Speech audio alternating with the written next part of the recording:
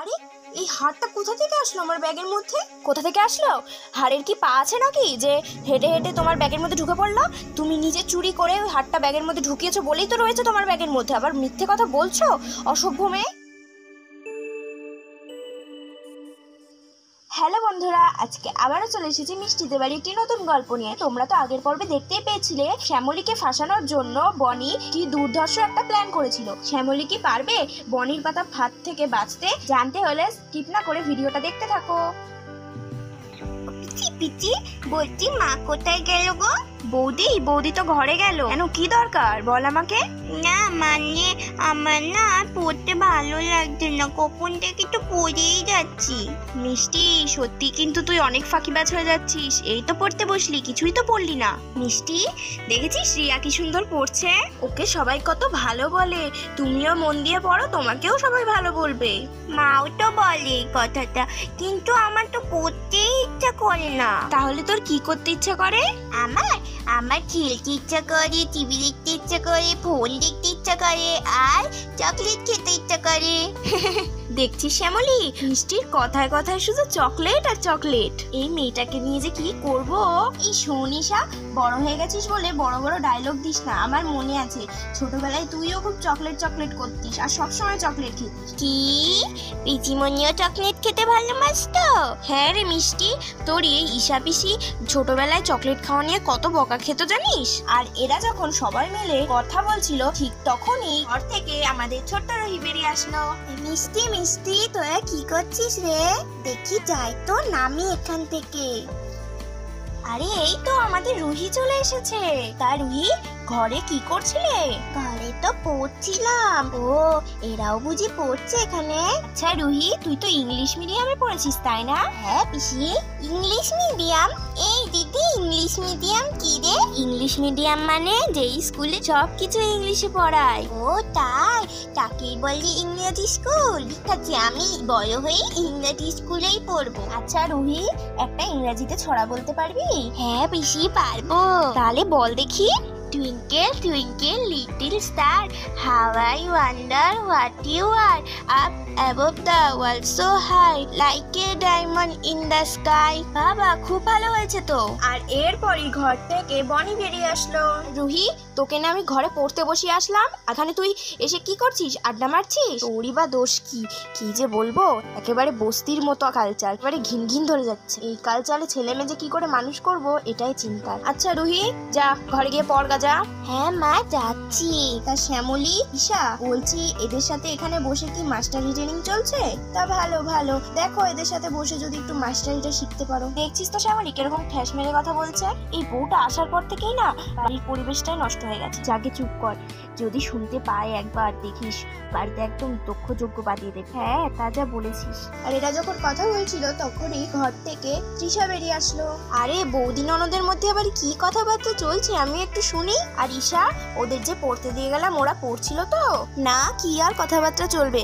আর হ্যাঁ, ওরা পড়ছিল। বৌদি, কি ব্যাপার, তুমি আবার ঘরে কি করতে গেছো? আসলে বাবার শরীরটা কদিন ধরে ভালো না শুনেছিলাম, তাই জন্য একটু ফোন করে জিজ্ঞেস করলাম মাকে যে কেমন আছে না আছে। তাই একথা সে কথা বলতে বলতে লেট হয়ে গেল। ও তাই বুঝি? তা মেসোমশাই ভালো আছে তো? হ্যাঁ, এখন অনেক ভালো আছে। আচ্ছা তোরা সবাই এখন ঘরে যা, আমি রান্না বান্নাগুলো চাপিয়ে নিই। হ্যাঁ হ্যাঁ, সেই ভালো সেই ভালো, চলো চলো। আচ্ছা বৌদি, তোমার গলাটা খুব ফাঁকা ফাঁকা লাগছে, তুমি একটা চেন পরতে না গলায়? সেই চেনটা কই, খুলে রেখেছো বুঝি? কেন, চেন আছে তো। আরে চেন গেল কোথায়? আমি তো গলাই পরেছিলাম, গলাই তো ছিল আমার। হ্যাঁ বৌদি, এতক্ষণ তো খেয়াল করিনি, তোমার গলার চেনটা কোথায় গেল? কোথাও খোলনি তো? হ্যাঁ, খুলিনি বলতে আসলে স্নান করতে গেছিলাম যখন, তখন বাথরুমে খুলেছিলাম, কিন্তু স্নান করে আসার সময় তো হাতে করে নিয়ে এসেছিলাম। তাহলে কি ঘরে রেখে দিয়েছি, পড়তে ভুলে গেছি? হ্যাঁ হ্যাঁ বৌদি, হতে পারে হতে পারে, যাও তুমি ঘরে গিয়ে দেখে এসো। সেই বরং ভালো, আমি বরঞ্চ ঘর থেকেই দেখে আসি। যাও যাও, ঘরে যাও, ঘরে গিয়ে ঘোড়ার ডিম পাবে, হাত তো তুমি পাবে না। আর শ্যামলী, তোমার আজকে শেষ দিন এই বাড়িতে। দিদিভাই পেলে? না রে, তন্ন তন্ন করে ঘরের মধ্যে খুঁজলাম, কোথাও নেই। আমার স্বাদের হারটা কি তাহলে চুরি হয়ে গেল? কিন্তু বৌদি, চুরি বা হবে কি করে গো? বাইরের লোক তো কেউ আসেনি। তুমি কি করে বললে শ্যামলী যে বাইরের লোক নেই? তুমি নিজেই তো একটা বাইরের লোক। মেজো বৌদি, তুমি এটা কি বলছো? তার মানে বলতে চাইছো আমি চুরি করেছি? আমি তো তা বলিনি। তুমি শুধু শুধু গায়ে পেতে নিচ্ছ। জানো তো কারা গায়ে পেতে নেয়? যারা সেই কাজটা আসলেই করে তারাই গায়ে পেতে নেয় পরে। কথায় আছে না, ঠাকুর ঘরে কে আমি তো কলা খাইনি, সেই রকম হয়ে গেল। আচ্ছা মেজো বৌদি, এগুলো কি হচ্ছে নাকি? তুমি কাকে কি বলছো? ঠিক আছে, আমাকে নিয়ে যখন কথা উঠেছে তখন আমার ঘরটা চেক করা হোক। তোমার ঘর? তোমার ঘরের মধ্যে আবার কোথায় পেলে? ওটা তো ঈশার ঘর। এখানে তোমার নিজের বলতে তো একটা ব্যাগই আছে। দিদি ভাই, আগে ওর ব্যাগটা চেক করো। যদি ও নিয়েই থাকে তাহলে ওর ব্যাগের মধ্যেই থাকতে পারে। কি বলছিস কি মেজো? শ্যামলী আমার হার নেবে? না না না না, এ হতে পারে না, কখনো শ্যামলী এ কাজ করবে না। মেজো বৌদি, বাড়াবাড়ি হয়ে যাচ্ছে কিন্তু। না ঈশা, তোরা বাধা দিস না। কথা যখন উঠেছে আমি ব্যাগটা নিয়ে আসছি, ব্যাগটা চেক করা হোক, তাহলেই দুধ কা দুধ পানি কা পানি হয়ে যাবে। আর এরপর শ্যামলী তো ঘরে তার ব্যাগ আনতে চলে গেল। আমি এর মধ্যে একটা সন্দেহের গন্ধ পাচ্ছি। আচ্ছা, বনি হঠাৎ করে শ্যামলী ব্যাগের পিছনে পড়লো কেন? আরে, আমি তো ভুলেই গেছিলাম, বনি আমার ঘরে শ্যামলীর ব্যাগ নিয়ে হাতে দাঁড়িয়েছিল না? এ বাবা, তাহলে তো শ্যামলীকে ফাঁসানোর জন্য বনি মনে হয় আমার হাতটাকে টেবিলের থেকে নিয়ে শ্যামলীর ব্যাগের মধ্যে পুরে দিয়েছে। তাই জন্য ও অত জোর দিয়ে বলতে পারছে যে শ্যামলীর ব্যাগের মধ্যেই আমার হাতটা আছে। আমাকে তো শ্যামলীকে এই মিথ্যে অপবাদের থেকে বাঁচাতেই হবে, যে করেই হোক। আর যখনই তৃষা মনে মনে এই কথাগুলো ভাবছিল, ঠিক তখনই ঘর থেকে শ্যামলী তার ব্যাগটি হাতে নিয়ে বেরিয়ে আসলো। এই যে আমি আমার ব্যাগ নিয়ে এসেছি, নাও চেক করো। আচ্ছা ঠিক আছে, আমি সবাইকে দেখাচ্ছি আমার ব্যাগে কি আছে না আছে। এরপর শ্যামলী যখন নিজের ব্যাগ সার্চ করছিল তখনই সেই ব্যাগ থেকে তৃষার হার বেরিয়ে আসলো। আরে, এই হারটা কোথা থেকে আসলো আমার ব্যাগের মধ্যে? কোথা থেকে আসলো?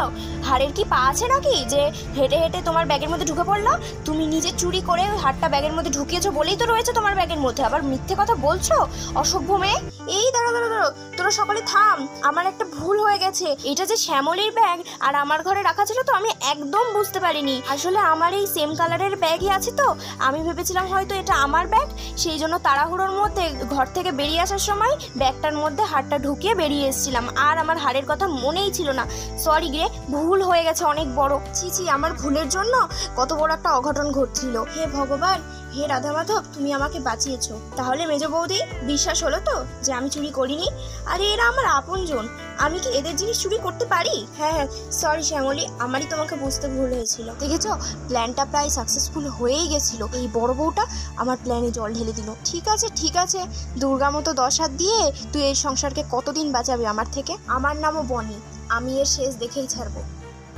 তাহলে বন্ধুরা, তোমরা তো দেখতেই পেলে তৃষা বনির সমস্ত প্ল্যান ভেস্তে দিল। তাহলে আজকের ভিডিওটি কেমন হয়েছে তা জানাতে কিন্তু কেউ ভুলবে না। আর পরের দিন আরও একটি মজাদার ভিডিও নিয়ে তোমাদের সামনে হাজির হব। আমার চ্যানেলের ভিডিওগুলি যদি তোমাদের ভালো লেগে থাকে তাহলে প্লিজ আমার চ্যানেলটিকে সাবস্ক্রাইব করে পাশে থাকো। আজকে এখানেই বিদায় নিচ্ছি, টাটা।